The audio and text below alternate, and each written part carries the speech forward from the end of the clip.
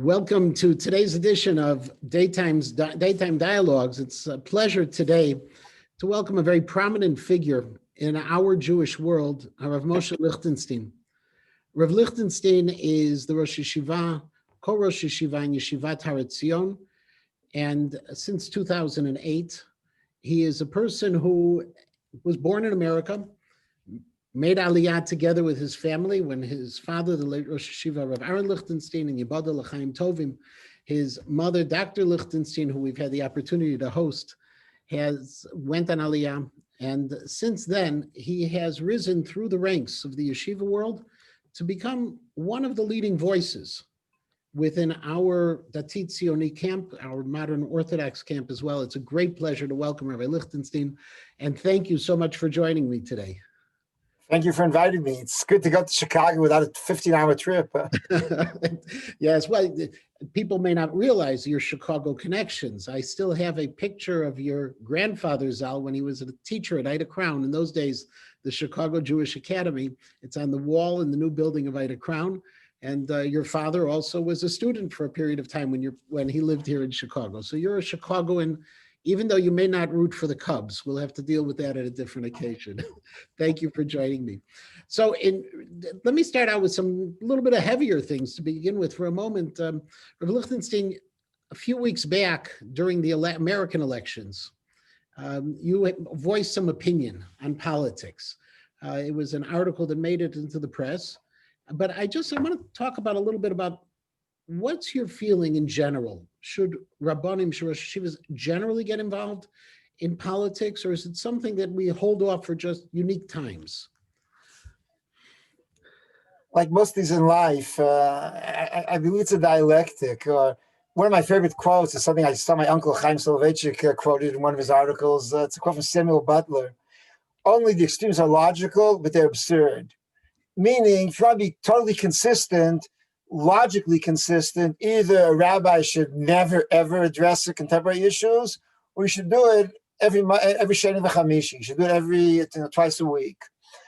In real life, the point is that what's absurd is that life doesn't run by logic. Life is somewhere in between, because life has so many different principles at it. So we somehow muddle through, and we adapt, and we balance. On one level, I think it's inconceivable that a rabbi or any person should be disengaged from the world of action, from the world we live in. We have a moral responsibility. Moshe Rabbeinu devoted his best years to being engaged in the world of action. He secluded in the Midbar, in the wilderness for a long time, but then Kosh Baruch Hu dragged him back into the world of action. And it's inconceivable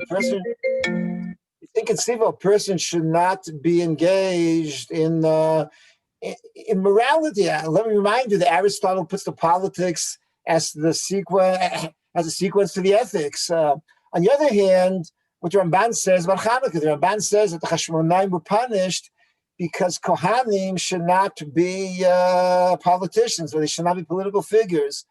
And there's a serious danger that if you are too much engaged in the world of politics and action, with all of it's like this, with all the use of force and all of the trickery and other and the political means, that at the end of the day, the spirituality gets lost. In other words, the truth of politics is not the truth of the Beit Midrash or the Beit Knesset. And it's a very slippery slope that you should be too engaged in the here and now instead of talking about the bigger and eternal issues. So I think once every so often you should do it, and the rest of the time try to steer clear. And in the yeshiva today, the yeshiva is up and running, and Talmidim are there. Every shiurim are going on. What's happening now in the yeshiva? Sure, Baruch Hashem is up and running. We have all kinds of restrictions, capsules or pods, whatever you call them, which the necessities, on one hand, obviously creates certain difficulties. I can't host students at home. Having a personal conversation is more difficult when you have barriers.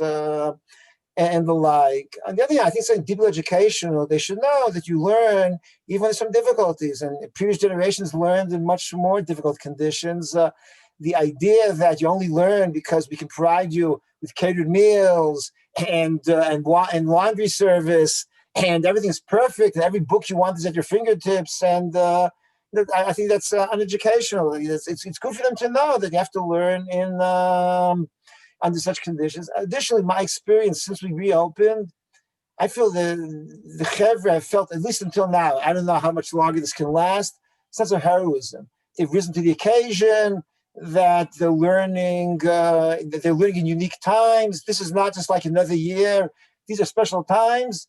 And I also think that they recognize the deep truth that in such times, you know that Torah has to be crucial to your lives. And the Ramban says there's a unique mitzvah, there's a special mitzvah to daven in times of distress. And if you look carefully at the Ramban, his formulation includes Talmud Torah.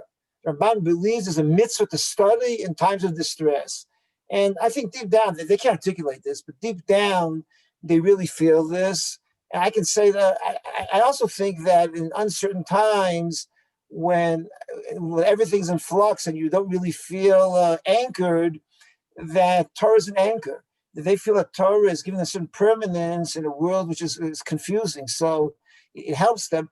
I can say like this: they know Maseches Kiddush and Bava Basra, we studied in the summer and now, no less good, or no, they know the sukkahs just as well as anybody who studied here 10 years ago or 20 years ago. But your idea of the Ramban of being always in that distress, that's also your grandfather, the Rav Zatzal, talked about. That might explain why there's no machlokes when it comes to davening, whether it's a deoraisa or the Rabbanon, biblical or rabbinic, because we're always finding ourselves in a level of distress. And so therefore, practically. It's true. I won't get involved in a halakhic discussion now. I have some doubts about the interpretation in those sources, but okay, yeah. The spiritual truth is there. He said it at an RCA convention many years ago. And I know it's also written in a number of places. So it's fascinating. But talking about your grandfather's Zatzal, you left Israel to come back to study with him. Is that at yeshiva, didn't you? So like this, I came out at a young age, and the truth is, the only real difficulty of going to Aliyah at the time was not being disconnected from American culture or American consumerism. Even though I was 10 years old, and yes, I wanted to know what's going on with not the Chicago Cubs, or other clubs at least. I was detached from. At the time, there was no internet, there was no radio. Literally, you could hear once a year what happened in the baseball world. And when the World Series was over, the Voice of America would once a year give you an update. And of course, what you have now, communications wasn't there, but that really didn't matter. What didn't matter was really being disconnected from family. And the Rav wasn't traveling any place, for whatever the reasons are, but he was not traveling any place. So that obviously created a certain difficulty. I was young. My parents, I assume, was more difficult emotionally. But what they did was I came back for summers. I came back after 10th grade, not just to visit. I came to learn with the Rav. I spent the whole summer learning with the Rav in Maimonides. It was a wonderful experience. And then my father sent me back for a year after high school. Between high school and beginning Hesder, I was in New York for a year. I think what people never realize is my father. It was almost a sacrifice. It was his idea. I never would have dreamed of doing that. It was his idea. He initiated it. He tied all the strings together. It was his Rebbe. He looked up to. It was his Rebbe. Everything. He considered him the Gadol Ador. No, the Gadol Ador. He considered him Gadol Hadoros, and nevertheless relinquishing control over molding my learning was not easy for him. It was he knew it was the right thing, but he did it. And I spent a year by the Rav in 1979. This was the tail end where the Rav was still teaching in the full steam. I saw it's like this. I saw them. My father said to me when I said that you'll see the Rav from behind, not from up front, the way the Gemara says about Rabbi Nasi. And then I came back for another summer for 2 other summers, but I came back for the last summer the Rabbi was teaching, and then I was really sent not only to learn, I was really sent to help out, taking care of him. My brother had to leave, and I was really sent to basically to help him out with what he needed. I went to Rav Mital Zatzal before and to say goodbye, and he said to me, Godol Shimusha Yoter Milimuda, that serving a person, interacting with a person is more important than actually learning. And he was so right. In a sense, a good deal of my relationship with the Rav on the human level was then more so when the Rav was busy teaching and I was a bit overwhelmed, and it's a crazy relationship. When the last summer, this was 1984, it was the last summer we taught, he was much more free, he was much more open, he was much more reminiscing. You could talk to him about the past. He was much more mellow, and I learned a huge plus. I had the privilege of having Charusa. We used to study the entire summer. We studied Ramban al Torah. It was the most amazing thing ever happened to me. Ramban is so flexible. He goes in and out between Kabbalah and language and halacha, and Bamidbar is perfect for this.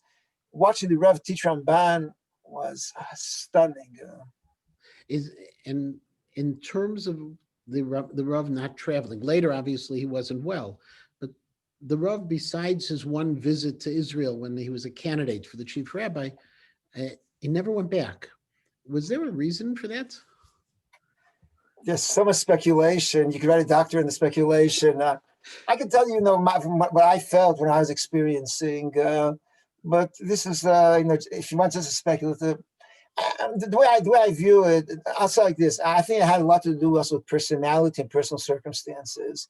It was less ideological. The Rebbe was very much interested, at least when I knew him, very much interested in Zionism and was going on in Israel. He was given a free subscription to Sofer, if anybody remembers what that was. And he would read it. He would sit there and he would actually read it. And he was up to date on Mizrahi politics and what was going on in Israel. And he would meet with cabinet ministers who came to visit him. If you want to tell a music story later, but so I think he was engaged. But the way I view it, in the early years, people didn't travel in the 1940s, 50s. Didn't travel because it was boat, because it was extremely expensive. It was also not part of the it wasn't an option you considered. Like, I think nowadays a person says to himself, why haven't I been in Israel in the last 10 years? It wasn't the kind of question which was being asked. People were not mobile. And then my grandmother was ill, and her illness consumed him for many years. And then I feel, I'll tell you what I feel is that the Rav he was timid. Surprisingly enough, the Rav could be a courageous lion sometimes publicly. He was also very timid and very almost shy, you could say. My mother likes to say, the Rav can never tell you anything personal unless there are 2,000 people in the room. And he was, I think had he come after not being here for 30 years, being the Rav, being after the 6-Day War, I suspect there would be a huge commotion in the press and in religious Zionism. I think he shied away from that commotion. He didn't want. I didn't think he wanted to engage himself with that kind of balagan, so to speak. And in a sense, there's some kind of inertia almost, which I think kept him. I should add, my grandmother, who may have been more proactive in that regard. My grandmother wasn't. She was either ill and then she passed away. And I once heard my father say that someone once said, it's a quote from a quote, I think, that the Rebbe never came, he wouldn't have known which side of Rehov Yafo to live, meaning whether to join the Haredi, the non-Haredi part. I don't know, the Rebbe I knew was less ambivalent. It was not that ambivalent, but I did think, he also, let's be honest, he viewed a good deal was going on. He thought it was more petty and more close-minded. That should have prevented a visit, but I did think it colored some of his attitude. The irony, of course, is that his mishpacha went to Israel are not the most close-minded of the family. And you mentioned that your father, when your father sent him, he gave up the opportunity to help mold your learning. Now, I've heard that while you were in high school and your brothers were in high school, your sister was in high school, your father would spend regular times that he would come to Nativ Meir to learn with you and would leave the yeshiva for that. Is that true? Is that what he would do? It's true. The final point is not quite, but he invested a huge amount of time learning with us, a huge amount of time. And matter of fact, right after coming out Aliyah, some kid in the yeshiva approached him and said, "I'd like to have a chavrusa with you, the Rosh Yeshiva, and I'd like to have a chavrusa with you, but I realize you're very busy. So I have a great idea. I'll tutor your children, and the time that will be freed up, you can then have a chavrusa with me." I mean, if looks could kill, this guy would not be alive today. My father was, he quoted it for years as being like the most insensitive, what a 20-year-old bachelor could think about raising children. So he put a huge amount of time. When I went to Nativ Meir, he used to come study with me once a week. We would study in empty Beis Medrash in the evening hours. We would study Baba Kama. 2 years later, in other words, when I was in 11th grade, my brother began 9th grade. So originally he was going to come one night a week for me, one night a week for my brother. At some point, he simply decided that we'd stay together, so he came 2 nights. Rather than taking one night for 2 of us, he gave 2 nights to, if I remember. And then when I was beginning 12th grade, we had a bit of an argument what to learn. I went to study one thing, my brother went to study something else. And the kids, my father thought that my choice was more appropriate. So we studied together what I wanted. And he then studied with my brother, additionally, what my brother wanted on his own. And so he put a huge amount of time into this. Is that the same kind of thing that your grandfather, Dr. Lichtenstein, had also done with your father? Was it a tradition, or was your father's approach in education? The Rav studied with his children. I don't know exactly how intense or not it was, but the Rav studied with his children. The Rav then studied with his grandchildren also. With my cousins, the Rav put a huge amount of effort into both of my cousins. When I was there in the summers, I would join them also. But that's obviously I was there very little. But with my 2 cousins, he put a huge amount of time. I meant also your father's father. Did he also did your grandfather, Dr. Lichtenstein, learn with Rabbi Lichtenstein, like your father learned with you? I know it's like this. I know that my grandmother certainly did when he was young. I assume my grandfather, so I don't know for sure. I know the stories I've heard were most of my grandmother, but that was a very young age. But then listen, yes, in Chicago, they were not too rich, if I'll say it very mildly. Yeah, but that he had a private tutor. I mean, it's the story I know of your grandmother was the reason that the Lichtenstein family left Chicago, that she wasn't happy with the education, and there was a. That's true. She was a Litvak who really pushed her son. Yeah. I think my grandfather was less in that regard. By her, she had the Litvish, sense of nobility, and she really pushed him a lot. She was from Telz, or she had studied in Telz? No, she was born in Telz. Her father was the Menahel Yeshivas Telz, and she after her mother passed away at a young age, she spent a lot of time by a sister in Kovna. And then she was in Kelm. She was part of the whole Litvish. She was a first-name basis with her Futner. Matter of fact, when the Panovich Rav came to Brooklyn in the 1950s, to fundraise, so she took my father one Shabbos, who was an up-and-coming star in Chaim Berlin at the time. Chaim Berlin, why you? But she knew that my father was an up-and-coming star. She took him to the Panovich Rav and said to him, "This is my son. He's a real Talmid Chacham." So he looked at her, whatever. He's a great student or whatever. He looked at her and said to her, "How do you know? Do you give her bechina?" Yeah. It just to shift again one more gear. By the way, you said there was a story you had to tell us, a funny story you had mentioned. Oh, I don't want to miss out on a good story. Okay, that's he was an Israeli cabinet minister who you may figure out, may not, but you have to be of a certain age, I guess. When he was appointed, there were a lot of jokes against him. Some of them racist. A whole bunch of jokes, Polish jokes, I guess you could call them, which made fun of his intellect, of his whatever. He's an intelligent person, but the jokes were not too nice. My brother was 7 years old. he enjoyed these jokes immensely. He spent the whole summer amusing the Rav with all these jokes about this cabinet minister. Of the side, I'll give you like one example was his wife calls and says to him, they said, "Be careful." They said on the radio that there's a maniac driver who's driving against he's driving against the direction on the highway. He says, "One driver, there are 1,000 against the direction."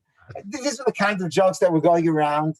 And then my brother told him to the Rav. He was very cute. He was 7 years old. The Rav loved it. A year later, this person asked to meet the Rav. He's a cabinet minister. He came visit to America. He asked to meet the Rav. So he goes to Boston. He says to the Rav, "My name is so-and-so, and you may not have heard of me." So he says, "Of course I heard about you. My grandson told me all about you." Oh boy, I remember who the minister was, but we'll leave Okay, so I assumed you would. To go a little more seriously for a moment, I've been reading, I don't know if you have been, on Jeffrey Wolf, who is a very prominent professor at Bar Ilan and a great proponent. He was a Talmud of the Rav and a great proponent of what we'll call modern Orthodoxy, for lack of a better term, has become a bit disillusioned with where we're at nowadays. And he's been writing a lot of things that, we may be losing our direction. In Israel, what's your feeling about the Dati Leumi community? Is it something that's getting stronger? Is it in the right direction? Are there things that we need to work on? Things that you feel that can be better within the Dati Leumi community? I could go on, for the few hours on this. The answer is, look, on one hand, I think you have to see the lights, not the shadows. Also, it's the Tilumi community. It's very vibrant. It's very much in flux. There are all kinds of things going on. It's probably the stew is boiling over in many different directions. Probably more so than the States. I think it's being pulled in many different directions.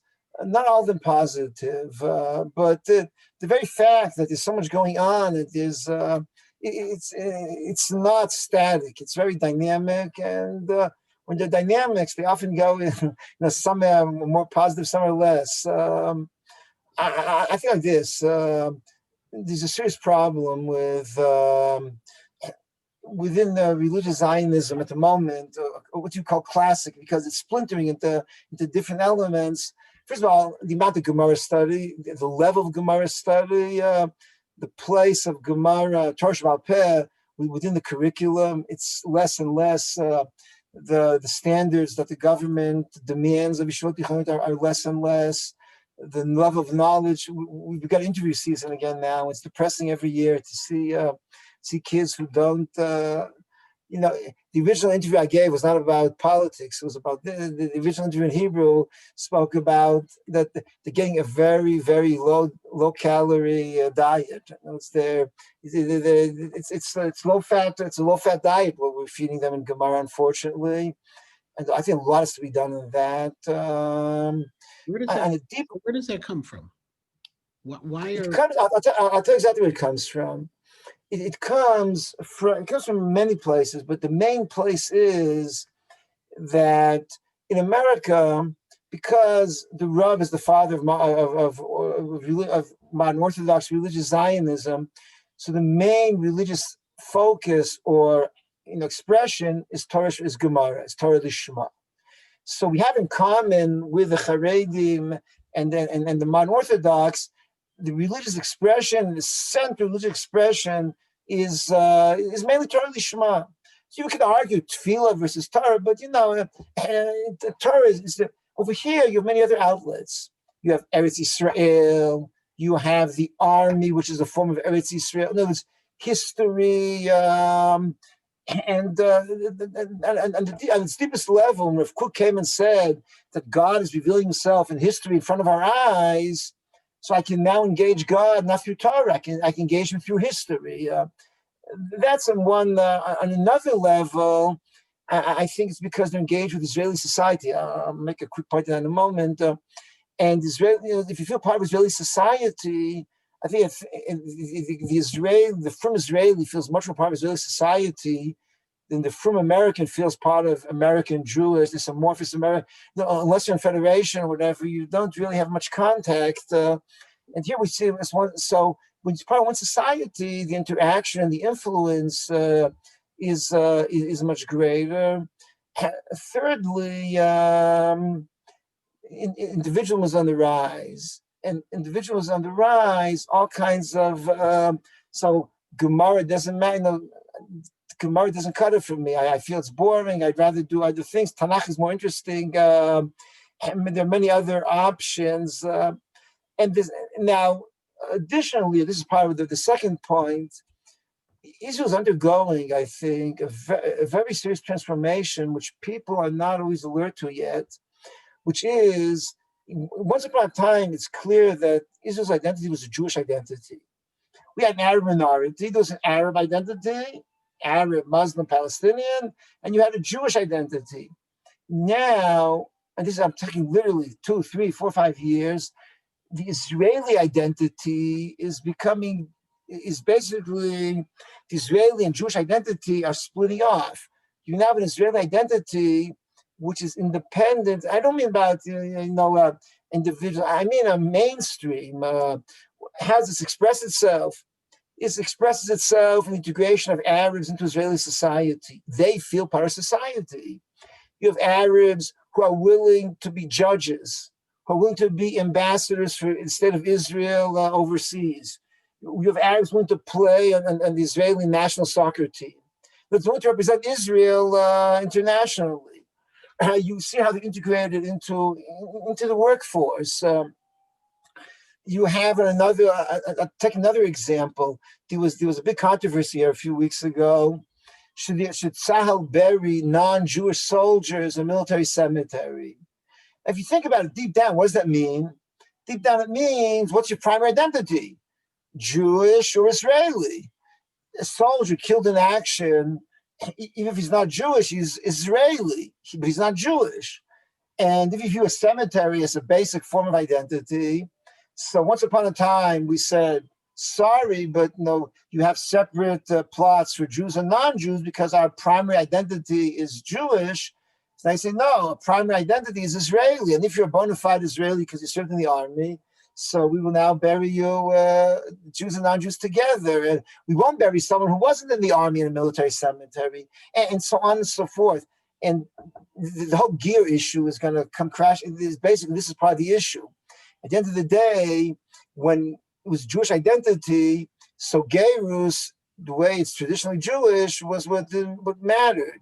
And the Israeli Supreme Court is going to change that pretty soon, I would assume, because the Gerus now has become a vehicle for Israeli identity. And for Israeli identity, so halakhic parameters don't matter anymore. So that ultimately is tying into the Tzioni Dati, the religious Zionist world, because pulling people towards Israeli identity versus Jewish identity? It's like this. So religious Zionism is being torn apart now by those who are unwilling to give recognition to this. But see, deep down, everybody wants that Jewish and Israeli identity should be the same. So one group is fighting ferociously not to undo it. The problem is that reality seems to be flying in their faces. The other group is willing to compromise, but once you compromise, you're paying.